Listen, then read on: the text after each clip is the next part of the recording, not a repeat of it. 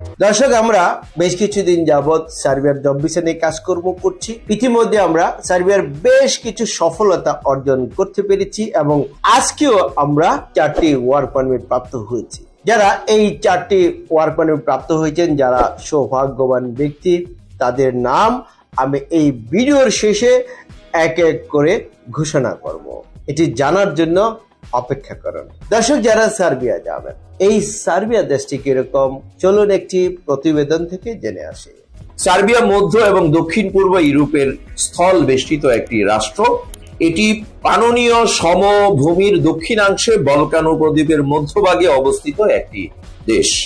দেশটির উত্তরে হাঙ্গেরি, পূর্বে রোমানিয়া ও বুলগেরিয়া, দক্ষিণে কসোভো, আলবেনিয়া ও উত্তর ম্যাসেডোনিয়া এবং পশ্চিমে মন্টিনিগ্রো, ক্রোয়েশিয়া এবং বসনিয়া হার্জেগোভিনা অবস্থিত। সার্বিয়ার রাজধানী বেলগ্রেড এবং সার্বিয়ার মুদ্রার নাম সার্বিয়ান দিনার।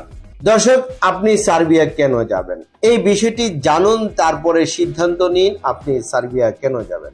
অনেকেই এই সার্বিয়ার বিষয়টি নিয়ে ধুমরু জালের মধ্যে রয়েছেন। এই ধুমরু জালটি হচ্ছে, কেউ বলছে স্টিকার ভিসা, কেউ বলছে ই ভিসা, অনলাইন ভিসা। আসলে কোনটা সঠিক কোনটা সঠিক নয়, এখনো কেউ এই বিষয়টি বলতে পারছেন না। তবে সার্বিয়ার ভিসা আসলে কি, কিভাবে হলে আপনি যেতে পারবেন এবং